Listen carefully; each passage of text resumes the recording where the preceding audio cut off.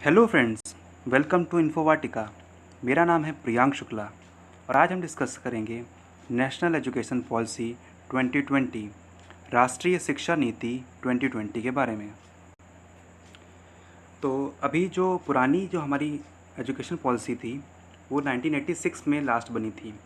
उसके बाद से 34 इयर्स तक हम उसी सिस्टम को फॉलो कर रहे थे।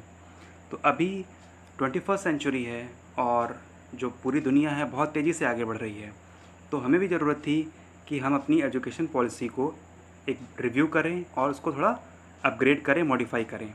तो अब मॉडिफाइड वर्जन आ चुका है। तो आइए हम देखते हैं कि इस नई पॉलिसी में क्या कुछ है। तो सबसे पहले अगर आप हमारे चैनल को पहली बार देख रहे हैं या अभी तक आपने हमारे चैनल को सब्सक्राइब नहीं किया है तो प्लीज़ इसे सब्सक्राइब करिए, शेयर करिए और बेल आइकन को ज़रूर दबाइए ताकि हमारे चैनल की जो अपकमिंग वीडियोज़ हैं उसके नोटिफिकेशंस आप तक पहुंच सकें। और अगर आपको ये वीडियो अच्छा लगेगा तो इसे प्लीज़ लाइक ज़रूर करिएगा। प्रधानमंत्री श्री नरेंद्र मोदी की अध्यक्षता में केंद्रीय मंत्रिमंडल ने 29 जुलाई 2020 को राष्ट्रीय शिक्षा नीति 2020 या नेशनल एजुकेशन पॉलिसी 2020 को मंजूरी दे दी है। तो इसमें बहुत बड़े पैमाने पर चेंजेस आए हैं। तो आइए देखते हैं इसमें क्या क्या चेंजेस आए हैं। सबसे पहले जो स्ट्रक्चर था हमारा एग्जिस्टिंग स्ट्रक्चर जो है वो है 10+2 स्ट्रक्चर। इसको अभी नई पॉलिसी में अपडेट कर दिया गया है 5+3+3+4 फॉर्मेट में। तो ये देखते हैं क्या है। इस फॉर्मेट में पूरे सिस्टम को 4 स्टेजेस में डिवाइड किया गया है, जिसमें पहले 5 साल को हम बोलेंगे फाउंडेशन स्टेज, जिसमें 3 साल जो होंगे वो होंगे प्री प्राइमरी स्कूल के और 2 साल होंगे क्लास फर्स्ट और क्लास सेकेंड के। इसी तरीके से 3 साल हो जाएंगे preparatory stage, next 3 years middle stage और उसके बाद नेक्स्ट 4 इयर्स जो हैं वो सेकेंडरी स्टेज। इसको हम टेबुलर फॉर्म में देख लेते हैं। जैसा कि हमने देखा था कि फाउंडेशन स्टेज 5 इयर्स का होगा, मतलब कि इसमें प्री स्कूल जो होगा वो होगा 3 इयर्स और class first and class second. Preparatory stage 3 years, इसमें क्लास थर्ड से लेके क्लास फिफ्थ तक इंक्लूड रहेगा। मिडिल स्टेज हो जाएगा 3 इयर्स का, जिसमें क्लास 6 से क्लास 8 तक को इंक्लूड किया गया है। और लास्ट में जो सेकेंडरी स्टेज है वो हो जाएगा 4 इयर्स का, इसमें क्लास 9 से क्लास 12 तक इंक्लूड किए गए हैं। अब क्लास 6 से बहुत ही बड़ा चेंज किया गया है कि क्लास 6 से हमारा जो वोकेशनल ट्रेनिंग स्टार्ट हो जाएगी। क्लास 6 से बच्चों को वोकेशनल ट्रेनिंग दी जाएगी विद इंटर्नशिप। तो जो बच्चे क्लास 6 में जो पहुंच गए हैं उनको रियल लाइफ स्किल्स या कह सकते हैं एक टेक्निकल स्किल दी जाएगी, जो भी फील्ड में जिस भी फील्ड में उन बच्चों की रुचि है। सपोज दैट किसी बच्चे को पेंटिंग में रुचि है तो वो किसी पेंटर के पास जाके पेंटिंग सीख सकता है। इसी तरीके से electrician, carpentry, local craftsman, hardware, software, इन सब की वोकेशनल ट्रेनिंग दी जाएगी और साथ ही साथ इसमें इंटर्नशिप भी कराई जाएगी। नेक्स्ट, अब हम देख लेते हैं इसमें हाइलाइट्स क्या क्या हैं। तो सबसे पहले जैसा कि हमने देखा था कि पूरा करिकुलम चेंज कर दिया गया है। जो 5+3+3+4 का फॉर्मेट है उसमें 3 साल प्री स्कूलिंग के लिए हैं, 3 साल प्री स्कूलिंग के लिए हैं और बाकी जो 12 साल हैं वो क्लास फर्स्ट से लेके क्लास 12 तक वो स्कूलिंग के लिए रखे गए हैं। ठीक है। नेक्स्ट जो है कि जो एम्फेसिस दिया गया है, जो जोर दिया गया है वो दिया गया है फाउंडेशनल लिटरेसी और न्यूमरेसी पे। तो जो भी बच्चे स्टार्टिंग से ही बच्चों को नंबर से इंट्रोड्यूस कराया जाएगा, उनकी जो गणना करने की बुनियादी योग्यता पर जोर दिया जाएगा। मतलब उनको नंबर्स में जोड़ घटाना, मल्टीप्लाई करना, इन सब चीज़ों से रूबरू कराया जाएगा। सेकंड चीज़ जो है कि पहले जो हम लोग का मेन सब्जेक्ट्स होते थे जैसे English, Hindi, math, science, social science, इसके अलावा जो स्पोर्ट्स या म्यूज़िक या डांस या कोई भी एक्स्ट्रा करिकुलर एक्टिविटी जो थी उसको एज ए सब्जेक्ट ट्रीट नहीं किया जाता था। बट अब ऐसा कोई भी सेपरेशन नहीं रहेगा एकेडमिक स्ट्रीम्स का, एक्स्ट्रा करिकुलर और वोकेशनल स्ट्रीम्स में। मतलब अब जो सब्जेक्ट्स रहेंगे मेन स्ट्रीम के साथ साथ जो भी आपका एक्स्ट्रा करिकुलर एक्टिविटी है, म्यूज़िक हो, चाहे स्पोर्ट्स हो, चाहे वो डांस हो, उसको भी एज अ सब्जेक्ट ही ट्रीट किया जाएगा।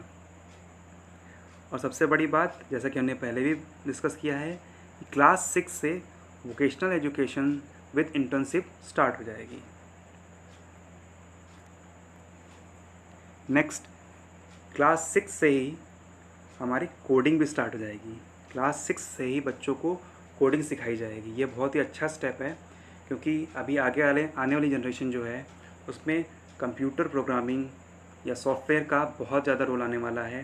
तो बच्चों को अभी से ही अगर प्रोग्रामिंग सिखाई जाती है तो ये उनके लिए बहुत बड़ा प्लस पॉइंट रहेगा। सेकंड चीज़ जो पेरेंट्स को या गार्जियंस को बहुत परेशान करती थी कि जो प्राइवेट स्कूल्स हैं वो मनचाही फ़ीस लेते थे। तो अब ऐसा रेगुलेशन आ जाएगा कि वो जो भी प्राइवेट स्कूल्स हैं उनके ऊपर एक कैप लग जाएगी कि उससे ज़्यादा फ़ीस वो नहीं ले पाएंगे। तो ये बहुत ही अच्छा एक स्टेप है। सेकंड है कि मल्टी डिसिप्लिनरी एजुकेशन। इसमें क्या होगा कि जैसे हमारे जो डिसिप्लिन्स होते हैं, जैसे आर्ट का डिसिप्लिन है, साइंस है, या स्ट्रीम भी बोल सकते हैं इनको, आर्ट, साइंस और कॉमर्स। तो अगर कोई बच्चा आर्ट पढ़ रहा है तो वो साइंस का भी कोई सब्जेक्ट चूज़ कर सकता है। ये पहले अभी नहीं हो सकता था। और कोई साइंस का बच्चा है वो आर्ट का भी कोई एक सब्जेक्ट या जैसा भी स्पेसिफाई किया जाएगा वो आर्ट का भी सब्जेक्ट चूज़ कर सकता है। तो ये हो जाएगा हमारा मल्टी डिसिप्लिनरी एजुकेशन। साथ ही साथ अब ये एम्फेसिस दिया जाएगा कि बच्चों को बुक्स के अलावा और जो भी माध्यम है उनके साथ भी पढ़ाया जाए, जैसे कि कुछ प्रोजेक्ट्स के ज़रिए, कुछ मॉडल के ज़रिए, या किसी चीज़ की लाइव वर्किंग को दिखाते हुए अगर उनको समझाया जाए तो वो ज़्यादा अच्छा होगा। अगर ऐसा करते हैं हम तो उनके बैग्स का जो बर्डन है वो भी कम होगा। नेक्स्ट है कि जो बच्चे जहाँ पे उनकी जो मदर टंग है वो इंग्लिश या हिंदी नहीं है, ऐसे बच्चों को उनकी मदर टंग में या उनके रीजनल लैंग्वेज में पढ़ाई कराई जाएगी। तो ये पढ़ाई एटलीस्ट 5th ग्रेड तक कराई जाएगी। मतलब एटलीस्ट 5th ग्रेड तक उनको उनकी मदर टंग या रीजनल लैंग्वेज, जैसा भी वो बच्चा चाहेगा उस लैंग्वेज में उसको पढ़ाई कराई जाएगी। तो रिकमेंडेशन तो ये है कि क्लास 8 तक अगर बच्चे की इच्छा है तो क्लास 8 तक उसके मदर टंग और रीजनल लैंग्वेज में उस बच्चे को पढ़ाया जाएगा। तो ये एक बहुत ही अच्छा निर्णय है। नेक्स्ट ये है कि जो नई पॉलिसी है उसमें प्री स्कूल से सेकेंडरी लेवल स्कूल में जाने वाले बच्चे, तो जो बच्चे प्री स्कूल में तो आ गए हैं लेकिन वो सेकेंडरी लेवल स्कूल में नहीं जा पा रहे थे, तो अब क्या होगा, 2030 तक ये लक्ष्य रखा गया है कि जितने भी बच्चे प्री स्कूल में पहुंच रहे हैं वो सभी के सभी सेकेंडरी लेवल स्कूल तक पहुँचें। इसे हमें 100% करना है। तो इस रेशियो को हम बोलते हैं GER, ग्रॉस एनरोलमेंट रेशियो। ठीक इसी प्रकार से 2035 तक हायर एजुकेशन में, यानी कि यहाँ पे हम एक बार इरेज कर लेते हैं, सेकेंडरी लेवल से हायर एजुकेशन, इसका जो ग्रॉस एनरोलमेंट रेशियो है 2018-19 में 26.3 था। मतलब कि जो बच्चे क्लास 12 तक जिन्होंने कंप्लीट कर लिया पढ़ाई, उसमें से केवल 26.3% बच्चे ही हायर एजुकेशन में जाते थे। बट अब 2035 तक इसको 50% तक करना है। ओके, 50% तक इसको बढ़ा के ले जाना है हमें। जो भी बच्चे क्लास 12 पास कर रहे हैं वो उसमें से एटलीस्ट 50% बच्चे हमारे हायर एजुकेशन को एनरोल करें। नेक्स्ट है हमारा हायर एजुकेशन में फ्लेक्सिबिलिटी ऑफ सब्जेक्ट्स रहेगी। जैसे कोई बच्चा अगर ग्रेजुएशन करता है उसकी कुछ मेन स्ट्रीम होगी, सपोज दैट फिजिक्स उसकी मेन स्ट्रीम है। ओके, फिजिक्स से वो BSc कर रहा है, सपोज दैट फिजिक्स की मेन स्ट्रीम है, प्लस साथ साथ में उसको म्यूज़िक का भी शौक़ है, तो भी वो ऐसा सब्जेक्ट से म्यूज़िक को ले सकता है। और अगर वो आर्ट या हिस्ट्री या कॉमर्स इनमें से कुछ लेना चाहता है तो वो भी ले सकता है। बट इसमें क्या होगा, एक पूल ऑफ सब्जेक्ट्स मिलेंगे। एक पूल ऑफ द सब्जेक्ट्स रहेगा जिसमें कि कुछ सेट्स ऑफ सब्जेक्ट्स रहेंगे जिसका आप कॉम्बिनेशन चूज़ कर सकते हैं। तो ये अभी क्लियर नहीं है, बट ये बहुत ही जल्दी ये गाइडलाइंस आ जाएंगी। फिर नेक्स्ट आता है मल्टीपल एंट्री और एग्ज़िट। तो ये एक बहुत ही अच्छा एक स्टेप है। इसमें क्या होगा कि जब जो भी बच्चा अगर ग्रेजुएशन में जाता है, जो भी बच्चा अगर ग्रेजुएशन करने जाता है और किसी भी कारणवश किसी भी रीज़न से 1 साल या 2 साल बाद उसको कॉलेज ड्रॉप करना पड़ता है और उसको 1 या 2 साल का ब्रेक लेने के बाद वो दोबारा से अपने कोर्स को कंप्लीट करना चाहता है, तो वो वापस ज्वाइन कर सकता है। वो कैसे होगा हम आपको आगे बताएंगे। इसके लिए क्या होगा, एक एकेडमिक बैंक ऑफ क्रेडिट्स बनाया जाएगा जिसमें जितने साल का, अगर 1 साल का कोई कोर्स किया है, कोई पर्टिकुलर कोर्स किया है, उसी के अकॉर्डिंग उसको क्रेडिट्स मिल जाएंगे और उसी क्रेडिट्स को यूज़ करते हुए वो अपनी आगे की पढ़ाई पूरी कर पाएगा। अब क्या है कि सेंटर और स्टेट मिलके जो एजुकेशन सेक्टर है उसमें पब्लिक इन्वेस्टमेंट को 6% ऑफ जीडीपी तक लेके आना है। यानी कि जो एजुकेशन सेक्टर है उसमें इन्वेस्टमेंट और ज़्यादा होने वाला है। दैट मीन्स कि एजुकेशन सेक्टर और अच्छा स्ट्रॉन्ग होने वाला है। तो जब एजुकेशन सेक्टर स्ट्रॉन्ग बनेगा तो एजुकेशन सिस्टम भी और अच्छा होता जाएगा। नेक्स्ट है हमारा light but tight regulation for higher education. Single regulator with 4 separate verticals for different functions. तो अभी क्या है, हायर एजुकेशन के लिए केवल एक रेगुलेटर रहेगा जिसकी 4 बॉडीज़ भी रहेंगी जिनका फंक्शंस अलग अलग रहेगा। नेक्स्ट, मानव संसाधन विकास मंत्रालय HRD ministry, human resource development ministry को इसका नाम बदलकर शिक्षा मंत्रालय रख दिया गया है। मतलब एजुकेशन मिनिस्ट्री अब HRD मिनिस्ट्री नहीं रहेगी, अब इसकी जगह पे एजुकेशन मिनिस्ट्री बन जाएगी। तो यहाँ पे नाम बदल दिया गया है।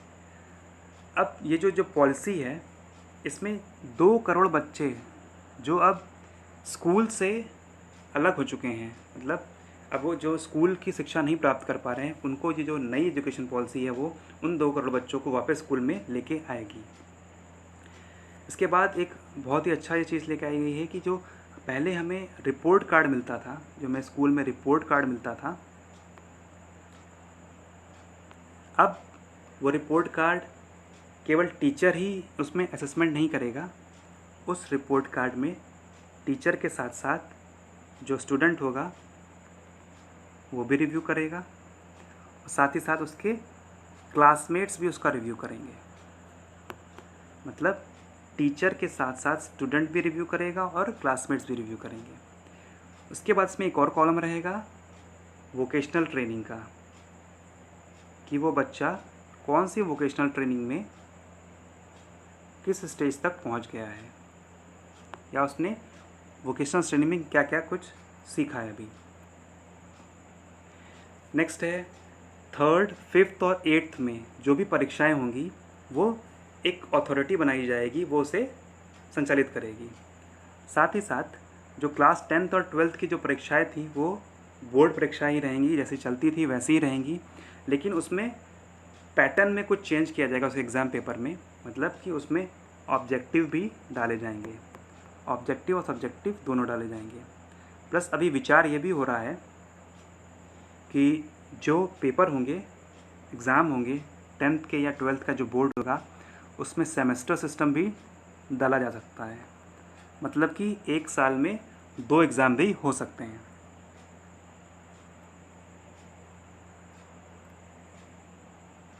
अब देखते हैं कि क्या क्या बॉडीज़ बनाई गई हैं।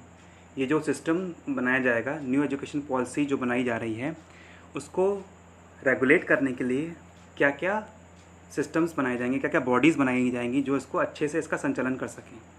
तो पहला है एक नया नेशनल असेसमेंट सेंटर बनाया जाएगा, performance assessment, review and analysis of knowledge for holistic development. तो ये एक सिस्टम बनाया जाएगा। ये कैसे काम करेगा, स्टैंडर्ड सेटिंग बॉडी की तरह ये काम करेगा। और जो एनसीईआरटी है इसका बहुत बड़ा रोल रहेगा। इसमें 8 वर्ष तक की आयु के जो बच्चे हैं उनके लिए प्रारंभिक बचपन देखभाल, मतलब कि उनके जो बचपन की जो देखभाल है उसके लिए, और साथ ही साथ शिक्षा के लिए एक राष्ट्रीय पाठ्यक्रम, मतलब एक सिलेबस बनाया जाएगा और एक शैक्षणिक ढांचा बनाया जाएगा, एक फ्रेमवर्क बनाया जाएगा कि कैसे कैसे पढ़ाना है। तो एनसीईआरटी ही गाइडलाइंस देगी और उसको बोला जाएगा, इस बॉडी को NCPFECCE।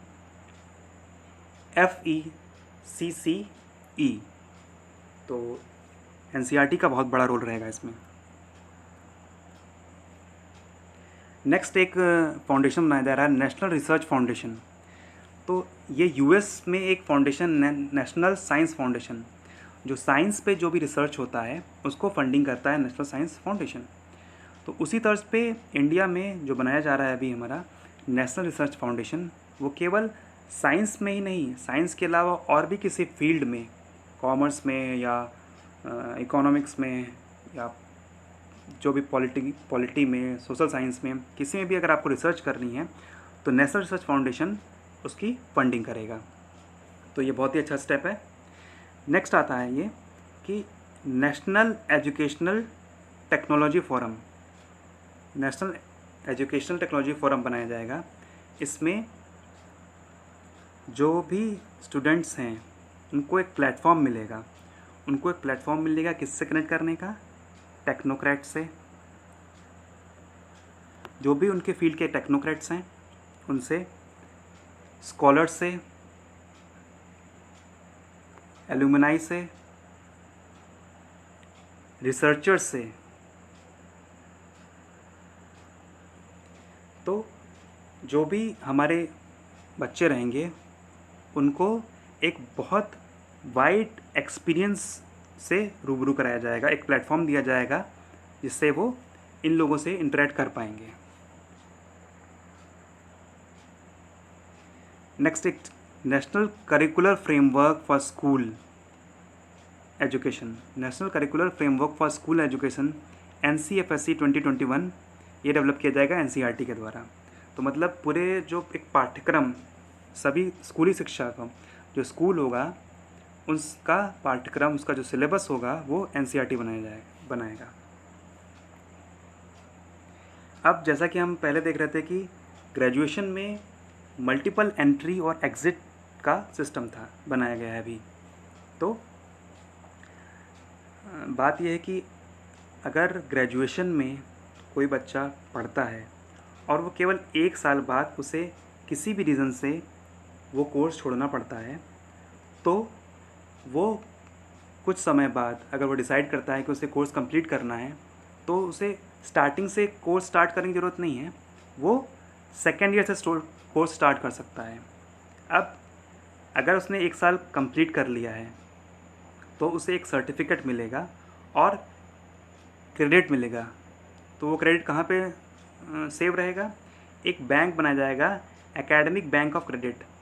अगर किसी बच्चे ने 1 साल कंप्लीट किया है किसी फील्ड में या किसी कोर्स में, सपोज दैट बीटेक में किसी ने 1 साल का कोर्स किया और किसी रीज़न से उसको वो कोर्स छोड़ना पड़ गया और वो 2 साल बाद उसी कोर्स को दोबारा करना चाहता है, तो 1 साल में जो उसने पढ़ाई करी है उसका क्रेडिट जो है वो एकेडमिक बैंक ऑफ क्रेडिट में सेव हो जाएगा। जब वो रिटर्न आएगा तो वो इसी क्रेडिट को यूज़ करते हुए सेकेंड ईयर से अपना कोर्स स्टार्ट कर सकता है। ओके। इसी तरीके से अगर कोई बच्चा 2 साल का कोर्स कंप्लीट करता है तो उसे एडवांस डिप्लोमा का सर्टिफिकेट मिल जाएगा और उसका जो क्रेडिट है वो इसी बैंक में सेव हो जाएगा। फिर जब वो दोबारा आता है, अगर 1-2 साल बाद दोबारा ज्वाइन करना चाहता है कोर्स को, तो वो सेकेंड ईयर के बाद यानी कि थर्ड ईयर से वो स्टार्ट करेगा अपना कोर्स। अब देखिए, 1 साल का कोर्स किया तो उसे सर्टिफिकेट मिलेगा, 2 साल का कोर्स किया तो उसे एडवांस डिप्लोमा का सर्टिफिकेट मिलेगा, 3 साल का किया तो बैचलर्स डिग्री मिलेगी। मतलब कि अब जो ग्रेजुएशन डिग्री होगी, जो भी डिग्रियां 4 साल की होती थी अभी तक, जैसे कि अगर सपोज दैट बीटेक की बात करें तो बीटेक पहले 4 साल का होता था, तो अब ये 3+1 बोल सकते हैं इसको, हो जाएगा। 3 साल की डिग्री होगी, प्लस जो लास्ट आप 1 साल करेंगे वो रिसर्च पे डिवोट रहेगा। यानी कि अगर 4 साल बाद अगर आपको डिग्री मिलती है तो मिलेगी बैचलर्स विद रिसर्च।